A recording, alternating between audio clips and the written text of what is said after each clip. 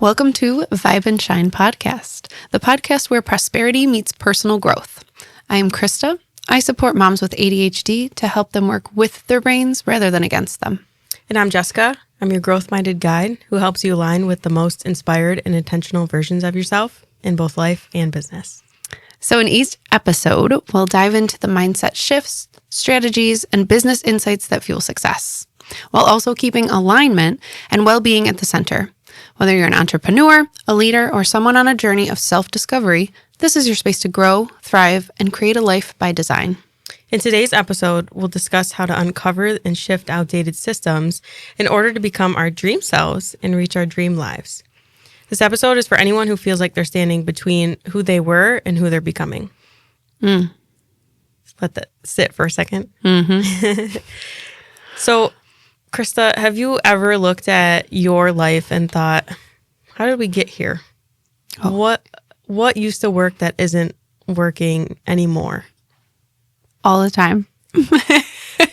Or what's working now that never worked before? Yeah, it's wild. I think about all those things all the time. That's it. That's my answer is yes. How about you? Yeah, I think sometimes you just sit and ponder and think, wow, how did I get to this point? Whether that be in your relationship, in your work life, in the rest of your family life, elements of your social, physical, emotional health. And how did you get to that point? And how does it feel like currently compared to how it used to feel? Free and very peaceful. I was just listening to a book the other day and they were talking about that inner feeling of peace and how, I don't know, it feels good. How about for you? Yeah, I think, like I've said before, my two words are light and free. That's kind of like the goal of how I want to feel.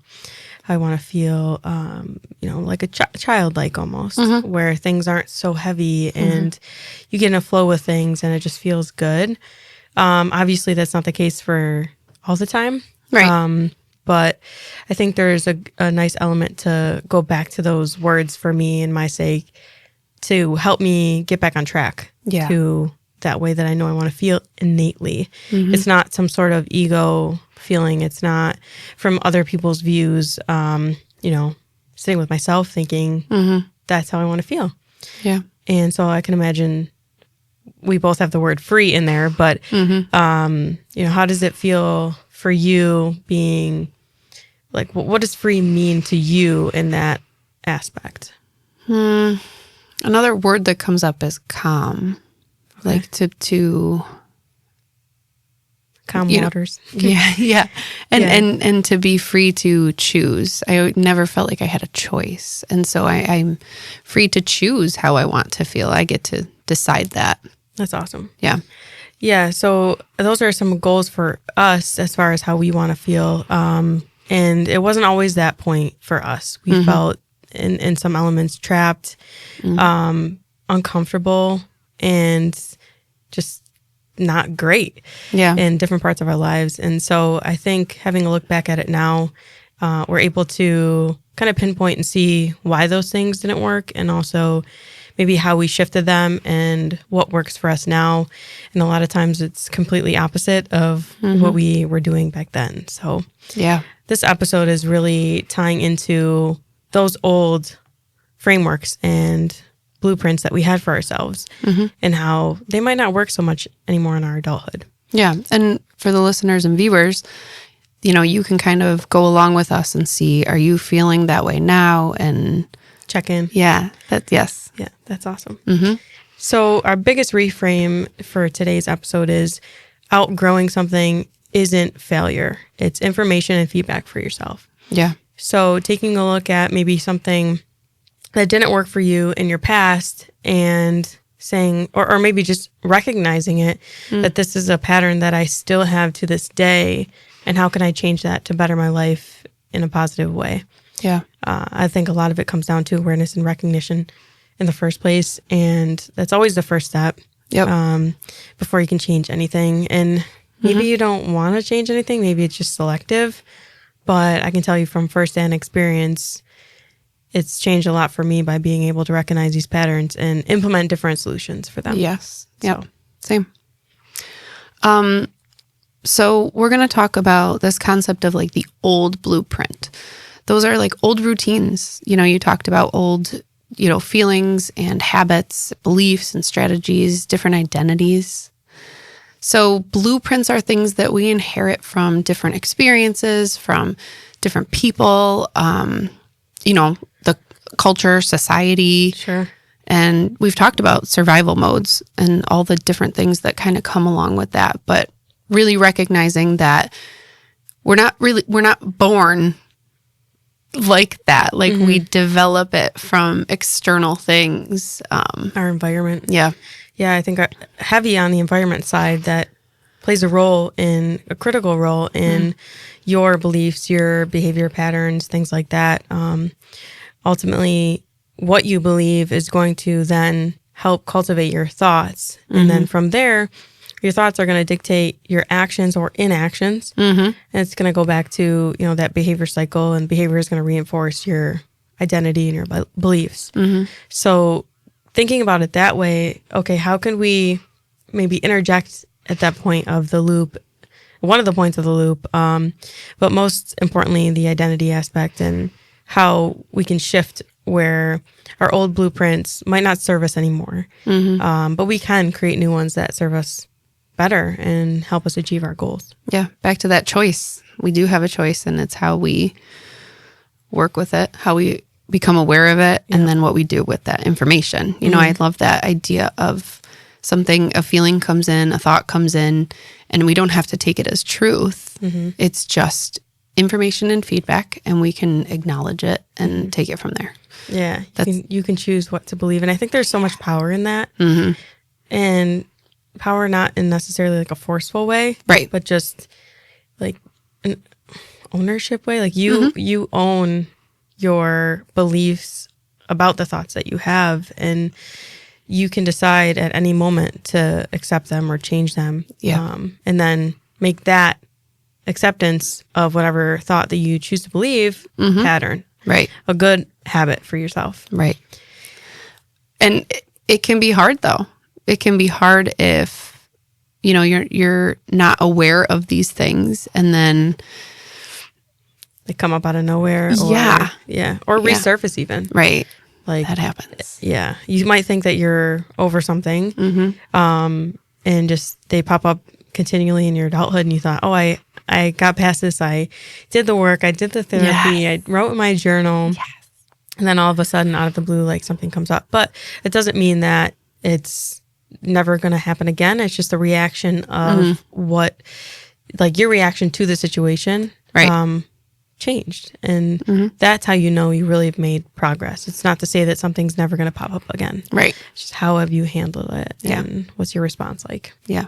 So we're going to talk about all of those childhood coping mechanisms and how they once were good for us, beneficial. There was some type of positive outcome for us as a child, but today maybe not so much as in adulthood. We often outgrow these things, and it's not so useful anymore. And quite frankly, when I've experienced some of these things, like with higher levels of consciousness, I've almost kind of felt embarrassed for not only myself in like that I used to do some of these things, but also for other people that I can visually see now that do these things. And I'm like, you just haven't gotten to that point yet. Yeah. And it's not necessarily a bad thing. It's just a measure of self-awareness. And so it's just interesting to feel that like almost like second-hand embarrassment for somebody. Yeah. Yeah, I don't know if you feel that too, but very much so. And in a way that I think a lot of empathy shows up because, I say, I was there. I was you, you know? Yeah, I agree. Yeah. But it is interesting to be on the other side and see it from a different angle. So a form, a coping mechanism that a lot of people do is people pleasing and abandonment of self. So, man, that's how it shows up today. Yeah. As your self-abandonment. When you were potentially, or still are, a people pleaser. Right. And I think that it's often reframed in a way that's hard to digest. Like self-abandonment. Like that sounds so cruel. Yeah, right? It does. Yeah. But if you think about it in a logical way, that's really what you're doing to yourself is trying to make everybody else feel better or good and denying that feeling maybe within yourself or not putting as much emphasis on it. Right. And it makes sense as to why this is a really hard one for people to break, right? A lot of people I know recognize it. Oh yeah, I'm a people pleaser. I'm a people pleaser. And they kind of dismiss it almost like it maybe they're okay with it. But it serves its purpose, right? It served its purpose. It still possibly serves its purpose. People want to be liked. And so in order to be liked from others, you have to kind of chameleon and shift and... That's a good word, chameleon. Yeah, that one comes up. Blend in. Yeah. That's so true. I'm thinking about it as like a child where you might have had an issue fitting in with friends. So you know, I don't know, brought somebody a coffee or you helped them do their homework and turns out you like did all of their homework for them. Right. Just that kind of thing. Like you want to be liked but ultimately it's a lack of self-respect and self-acknowledgement because you're putting those people up on a pedestal in order for them to like you back. Yes. And I think that that's where inherently the trouble lies. And in adulthood, there's a lot of issues that can come out from that. So, yeah. It's interesting. I just talked to somebody and she was very upset about, I'm doing all of these things for all these people in my family. And there was part of me that was like, well, I wonder if that has been a pattern for you your entire life. And so now as an adult, you're like, wait a sec, what about me? Looking back and it's like, what about me? Well, people expect that, of her then. Absolutely. That just reminds me of like my own personal journey as a coach and a manager. Like I always put people in front of me and their success was part of my success. And so for the first time in my life over the past few years, I've been able to not necessarily put other people first in a way that like I can focus on myself and my own goals and my own dreams that don't necessarily rely on the success of other people. Right. So it's been a very much a different shift. Yeah. And not to say that you don't want them to be successful and supportive. Of course. Yeah, I want them to. Yeah. It's just a different way to view it and how you go about coaching and that, self-awareness and boundaries that you probably have more in place now. Right. Yeah. And thinking about it too, like even as a manager and a coach, if I were to have put myself in a more like self-acknowledging role as the leader per se, I would have been able to perform even better for those individuals. So that's kind of more the way that I look at it now. Yeah. It's not necessarily that I don't put any emphasis on the success of the people that I work with, but I know that to perform my best or as a team even, I have to focus on myself. Right. So, yeah. So let's talk about some of these, the old patterns are, you're staying safe, you want to be liked, and you are avoiding contact to maintain connection. This one for sure comes up in adulthood then too. Oh yeah. You don't want to upset anyone. Right. Right. You just don't want to make people feel bad. Right. But at the same time, the problem is only going to get prolonged if it's not addressed. And I think we were talking about this the other day, but just the answers that you're looking for are in the problems that you're avoiding or the situations you're avoiding. Yes. And so you can kind of just, if you recognize that and take that stress off of yourself and just address the problem up front, then it's going to be better for everyone. Yeah. I just saw, I forget his name, a TikTok, Instagram video, and he used the example of like a credit card. So if you have an issue with somebody and you're like, oh, I want to talk to him, I don't want to talk to him, it's kind of like a credit card. You can swipe your credit card and not talk to them, right? And kind of leave it. But you still have to pay that credit card off. You still have with interest. Yeah. Right. And so the things that, kind of fester inside and build up by not communicating, can. That's a great example. It was. Yes. I sent it to a lot of people. So, okay, now in adulthood, it looks like saying yes when you really want to say no. Having those boundaries. Yes. Yep. Over explaining decisions. Oh my God, I used to do that so much. Yeah. There's like some element of justification in there that like you need for yourself. Yes. Because you want, ties into the external validation, I think. Right. You want that just outside force to say, it's okay. Like, Yes. this is valid what you're doing. Yes. But you really don't need that at all.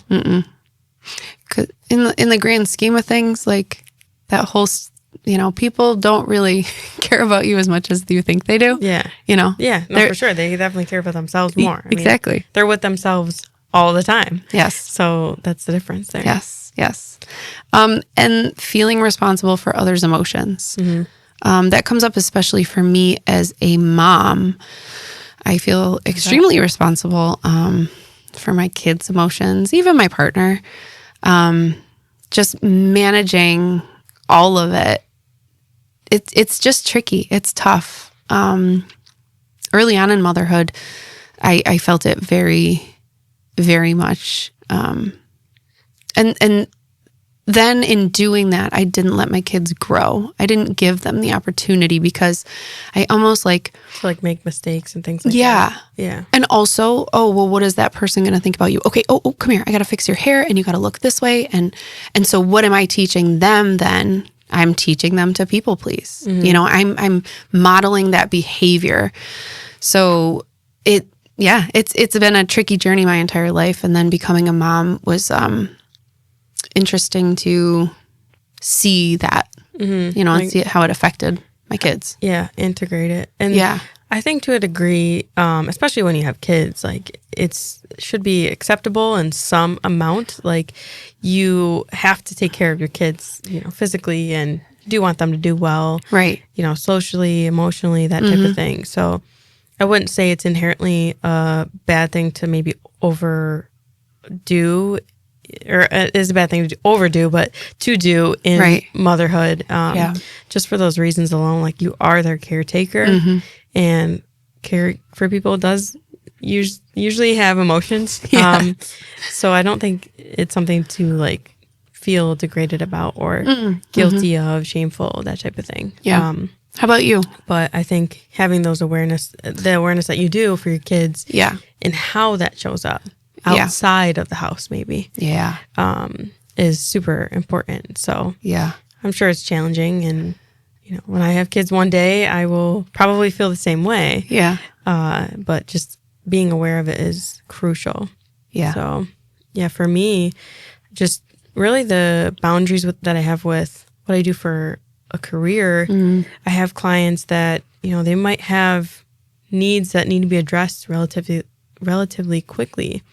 But at the same time, as an individual who I also have, my own family to take care of, and other things that I do, I can't be around for people 24/7, as much as some people might think like I'm a robot. Right. So having to set those boundaries and not, people please in that aspect, like it's 10 o'clock and, I get a call from somebody. It's like, okay, well, that can wait till the morning. Right. And I don't have to be the hero in their lives. Like they're going to be okay. Yeah. So, and if it's an emergency, that's a different situation. But if it's like in the past, I've had situations where that wasn't the case and it was just average. They wanted it done. They just then. wanted something. Yeah. And it's like, okay, well, it's not a great time for me. Like, it's just not going to happen until tomorrow. Right. Right. So, but yeah, that's one of the boundaries that I've had to set with my clients and things like that for people pleasing. And I think the biggest shift for people pleasing in general is to be honest with yourself and make sure that you're choosing harmony, or not choosing harmony, choosing honesty over harmony, because that harmony is avoiding the conflict a lot of times, especially with family members. And so just taking that moment to decide in a situation. If it's true to yourself, I think is huge. And resentment can build so fast when you people please. You know, like, well, I did this for them and they didn't do this for me. And I see it all the time, like with family and with friends. And again, it's just that awareness of, you know, were you honest and looking inward and how you can show up not pleasing others and doing things for yourself. It's not selfish. And I think it ties to the an outcome too. Like an expectation of an outcome is where that people pleasing kind of comes in. So the faster you can detach from that outcome, I think the less you're going to feel obligated to people please. Yes. That's a really good point. But that's just my own understanding. So hyper independence is another coping mechanism. One that I didn't think I utilized a lot as a kid. But in adulthood, that kind of translates to isolation. And so when you're young, you are learning to not rely on anyone. You want to be Miss Independent or Mr. Independent. I don't think that's really used a lot, but you know, protecting yourself from any ups and downs and disappointments and fears that you might have around whatever the situation is. And now turning that into trouble asking for help. Yeah. And I felt that a lot in my career, you know, my adulthood too. There's just some things that I know that I can do better, right? But as I learn more about business and growth, personal development, the more I'm able to send over to other people to accomplish. And it might take a little bit longer. It might take some resources. Right. But that's less that I have to be stressing about, and I can hone in on my craft. Yeah. That's important. Definitely learning that along the way, but trying to get rid of the do it myself mentality. That was very present for me in previous careers. And have you seen it? Like when you think back, do you see it in your childhood in different ways? Oh, yeah. Yeah. It's interesting when you don't necessarily take the time to think about it, you know, you don't really know. But when you actually sit down and say, okay, how and where and when and why did this show up? It's interesting. Yeah, it's true. I think the biggest thing for me was like feeling unseen and unheard. So it's just a contradiction, right? Like I felt that way, but I would block myself off. I wouldn't let anyone in. Yeah. And therefore that's that isolating and just trying to be by yourself, and that doesn't help you. Right. So now it's kind of the opposite, where it's like, okay, I'm more vulnerable with those things. I'll let people in. I'll let them know kind of sometimes my most vulnerable thoughts and ideas and things that I'm doing. And I've just learned that most people are just genuinely so supportive of you. And the people that aren't, well, they should probably not be in your circle. Exactly. But that's for you to find out as an individual. Right. Yeah. This brings up a laundry situation in my house. My husband's the breadwinner, and so I have taken on that thought process that I need to do everything around the house and build my coaching business.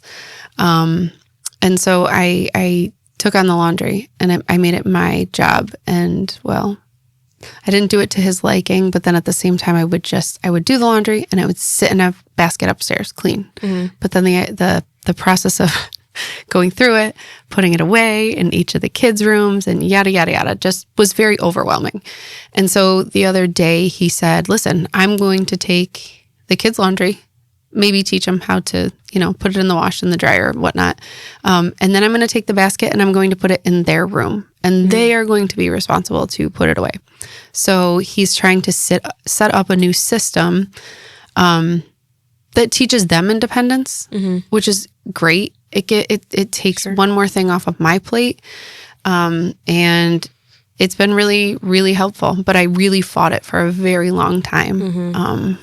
That delegation too. Yeah. And like trying to just make everything perfect, and, you feel maybe not so guilty because like that's how maybe you were feeling if he was the breadwinner type of thing. Yeah. That you had to do something around the house. But, Right. you know, realistically, you still need time for yourself too. And I'm sure if the roles reversed, he would feel the same way. Yeah. So it's good that you recognize that and we're able to put that off without feeling so much shame and guilt and things like that. Yeah.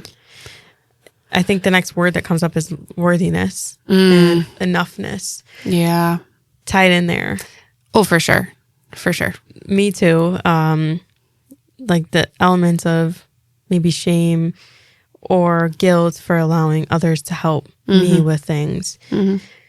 I mean, I just don't see any way to scale. This comes up for me big with like work delegations. There's no way to scale if I don't allow other people in. Right. So to me, that scaling is more important than my own negative feelings of shame and guilt being, you know, constantly there. Right. Yeah, that's important to recognize too. I think it's another way to kind of reframe it. Yeah. And for this coping mechanism, one of the biggest shifts is really understanding the interdependence instead of independence, which is critical. Yeah. I mean, you have to learn to rely on others, and maybe it's not so much emotionally, right? You're not feeding off of others' energy like that. Right. But in a way where you're able to sustain your own in a calm way, I think is important. Yeah. And we talked about this, you know, I feel like as people, we want to help, right? We always want to help. And other people want to help too. So when we block them from being able to help us, you know, that's controlling. That's us trying to control the narrative and the situation, and almost manipulation can even be a word to use. But we have to understand that other people want to help us too, you know, and to your point, it's the right people and it's the right situations. And as long as you feel good about it, then accept the help. Yes. Accept the help. Yeah. I agree. Most people want to help you and they want to see you do well. So perfectionism is the next coping mechanism. And this ties right into that element of control. You want everything to be perfect, for lack of better words. And just because of that thought, there's just, you know, you don't want the criticism. You don't want any potential punishment that might come from it. Right. And I used to be very much a perfectionist. And I realized that was such a hindrance to my creativity because it would just block me from doing something. Yeah. And I didn't want that anymore. Like now, if I have an idea, I just go after it because you never know what's going to happen. Right. Some are fails, some are flawed, and some are amazing. And people ask how you did that. And it's like, okay, I like that feeling a little bit more. Yeah. Like I can help people understand how I got to this place rather than never doing it at all. Right. Because I need it to be perfect. Right. And you said some are fails, but I think in general, it's all learning, right? So you could look at it as a failure, or, you know, what did that like project you or, you know, push you into or learn how to not do it that way. Right. In particular. Right. Yeah. And I say failure lightly, like it wasn't in line with the original vision that I had for it. True. Not necessarily like the whole thing failed, but, you know, might have went off the rails a little bit and got me this result instead of this result. Yeah. Or it just didn't really happen. Yeah. So that's another thing. But also being a perfectionist, like tying that achievement into approval that would feel good. Yeah. And I think with social media today, a lot of people go after that. And I mean, it's just not authentic. Right. How many likes can I get? Yeah. That's a word that comes to me is like the lack of authenticism in perfectionism. Like nobody is perfect. We know that. Right. But what you're portraying is how you are maybe 10% of the time. Right. that. Right. It's like the best. It's a highlight reel, the best of the best of the best. But right. like over time have learned to just show more bloopers because they're fun. Cheers. Cheers to that. We have many of those. Even though we look perfect on here, we have a few. We have a few bloopers. Yeah. And perfectionism, like you said, can go into that control factor. And also people pleasing is kind of also coming up for me because that like facade. You're just putting on that facade because to your point, nobody's perfect. I have to remind my kids of that when they bring up that word. My husband is very perfect. No, I'm just kidding. Yes, he is, Rob.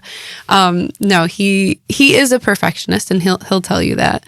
And so sometimes it's that reframing of the idea for him and for my kids. But now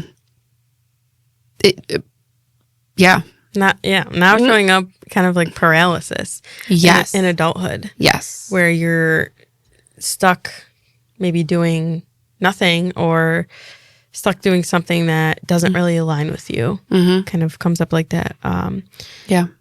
Indecision and bad decisions or not aligned decisions. Yeah. I think ultimately now in adulthood, there's an element of procrastination that can be masked as higher standards too. Yeah. Which is not commonly talked about. No. Like, you're going to beat around the bush essentially because you want it to look perfect from the outside and let people know you have these high standards. But in reality, it's not the case. Right. Like you just are just outwardly projecting this perfectionistic childhood coping mechanism. Yeah. And it's interesting that you say that because when I think about people who kind of are like this, that inauthenticity comes is very strong actually when I think about those certain people. Never really thought of it that way, so it's interesting to think about. There's also the fear of being seen before it's perfect, right? Like I struggle with that a lot. Yeah, like when I was younger, I guess back in you could still say it's younger if it was yesterday, I guess. But, even a couple of years ago, some music I put out, things like that. Originally, I just didn't want it to put any out unless it was perfect. And then, looking back at each song as it developed, I'm like, this is going to be a feeling every time. Like, I know that I could have done this better. I could have done this better. But I put it out there. People resonated with it, liked it.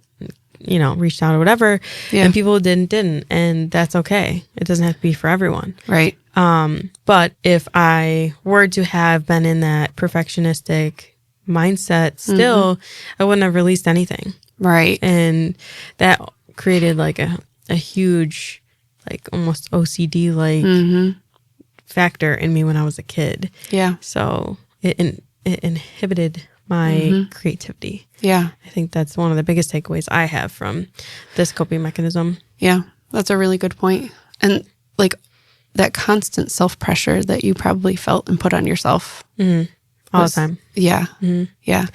I feel that I associate perfectionism with my husband, and I feel that from him constantly. He's very, very, very, very stressed all the time, and I think it's because he puts that weight on his shoulders, and some days he comes home and plays video games because he has to check out and disassociate with all that pressure and take it off and forget about it for a little bit. So a growth shift with perfectionism is progress over performance. That can be hard. Yeah. I think about it just in even our podcast, but music too, things that I've created. Like if I never did that, I would not have been able to learn from the mistakes. I would not have been able to see myself in a different light and shift that a little bit. Yeah. With the progress over time. It would have just been like, I didn't perform to this standard, or I didn't perform at all. It's no good. Like terrible idea. Throw it out the window. Yep. But because I did it, now I can reflect on it. It gives you something to make progress towards instead of nothing at all. Yeah. So that's powerful. Yeah, for sure. Over responsibility. That's a huge coping mechanism from childhood that we take on, especially as women. Yeah.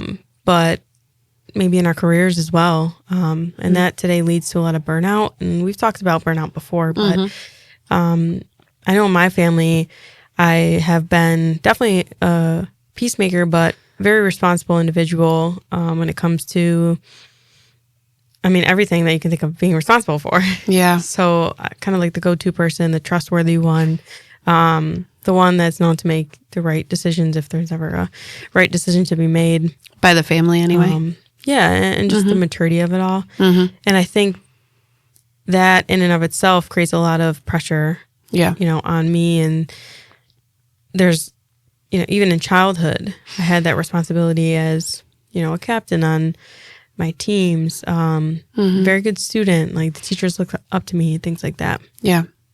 As a role model. And that creates a lot of pressure that in adulthood can be seen if you continue those methods as burnout. And for sure. I definitely felt that a long time when I was in my old career. I felt that responsibility, just that I had to be doing these things in order to be successful, quote unquote. Right. But turns out, it was really the environment that I was in, projecting those outwardly because I felt like that was necessary, and almost emotionally brought me back to a time where that was what I was doing to cope. And that was the outcome, was that I felt burnt out. I felt, tired and just fatigued and that kind of thing. Yeah. So to this day, it has played a huge role in my life, I think. Yeah, being the oldest of three, I definitely felt that as the, being the mature, the reliable one. I was always the one that would drive all my friends on nights of drinking. It was always me. Like it feels kind of good. Right. Because you have that responsibility, but also it's a lot of responsibility to keep up with other people's emotions. Yeah. And that weight, that financial weight, that emotional weight, social weight even, with your friends that you were driving, that isn't yours to carry. Right. But at the time, I felt like it was. I felt like there was no other choice, right? It was, if I wasn't the reliable one, nobody else was going to be. And I put that on myself. And so then the expectation was Krista's going to drive tonight. That was always the expectation. And same with my family. Like, Krista's going to take care of it. She's going to plan it. She's going to XYZ. And then the burnout comes in, and then the resentment comes in because why am I always the one planning it? Why am I always the one, doing it? But it's because I put that on myself and didn't delegate, didn't take, I didn't have the skills, I should say, to not only recognize it, but then to do something about it. To like ask for others to take that load. Right. Because there was people pleasing also. So, it's like all of these kind of can overlap and be intertwined too, which is, it can be tricky to not only like, what's the word? Just balancing it all, I think. Yeah. And take them apart and recognizing, oh, that's a people-pleasing pattern. People-pleasing pattern. Ooh, say that 10 times fast. People-pleasing pattern. Yeah. Definitely. It comes up, like, I think about my mom with that. Like, she's been the crutch of the family for as long as I can remember, always having the birthday parties, always having the holidays, and here and there, family members help out, but always providing like the food, majority of the food, like the alcohol, apps, all that stuff. Yeah. Like people bring stuff over, but at the end of the day, her house is shown as the gathering house. And I'm sure you probably feel that way too, but it almost gives me an element of like sadness. I'm like, well, why doesn't anybody else want to feel that? I get it, like events and planning are a lot, but we don't often think about how this might feel towards the person who's constantly doing it. Like it's a lot of work. Right. Yeah. And so just a shout out for viewers and listeners, like if you have never hosted a family get together or a party or something like that, and you have the ability to, whether it's at your own house or, you know, a lodge or something like that, take the initiative and do that, because there's probably somebody in your family that has not taken or has taken the load for your entire family. And that can be difficult to have that responsibility forever. That's a great shout out. As a person who does plan all the things, it would be nice. And, you know, I think some people think this is the way it's always been, right? So we need to keep it. And I don't want to step on anybody's shoes or anybody's toes. But then it's to your point, recognizing like it doesn't, just because it's been that way doesn't have to mean that it has to stay that way. And, you know, shifting the mindset. Right. And this is another reason why moms are just burned out. Like, it doesn't matter how old your kids are. It doesn't matter how many kids you have. The amount of responsibility put on moms just by themselves is ridiculous.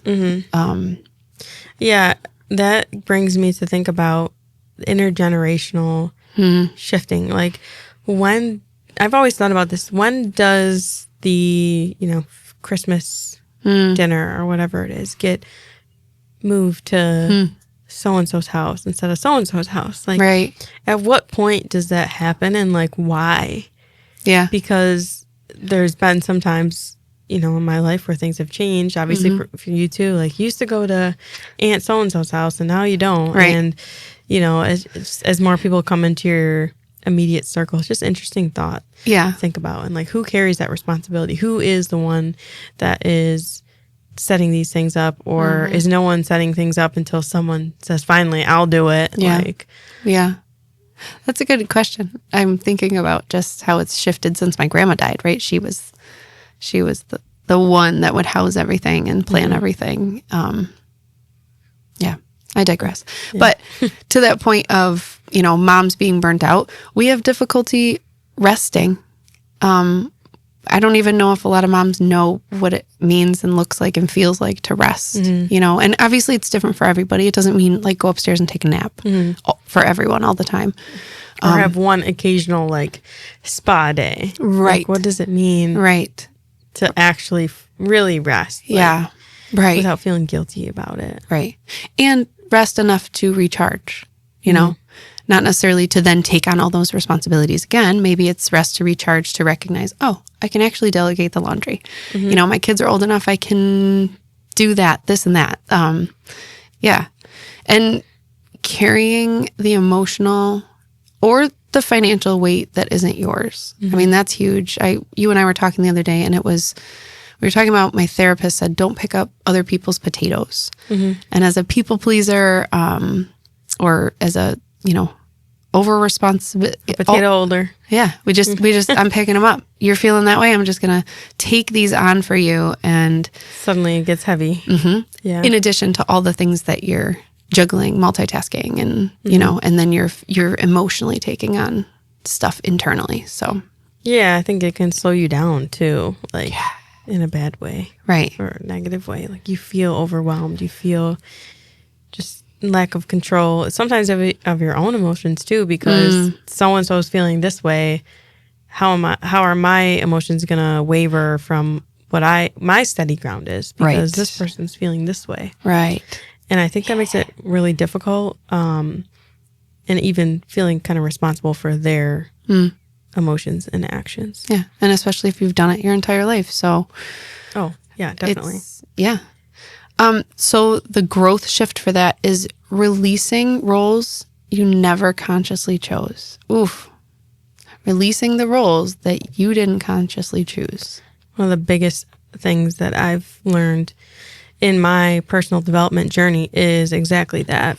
Not identifying with those thoughts and behaviors and even actions that were once acceptable for someone at some time, but they don't fit you now. And the biggest part is being aware of that and acknowledging that, hey, those aren't mine.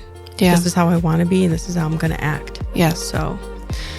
So we're going to wrap up, but we're going to have a part 2 of this because we're going to continue in the next episode. So if you enjoyed this episode, like and subscribe to our channel for more content to help you level up. And remember, your journey to empowered abundance continues on the next episode. Thanks for listening to the Vibe and Shine podcast. Keep shining bright.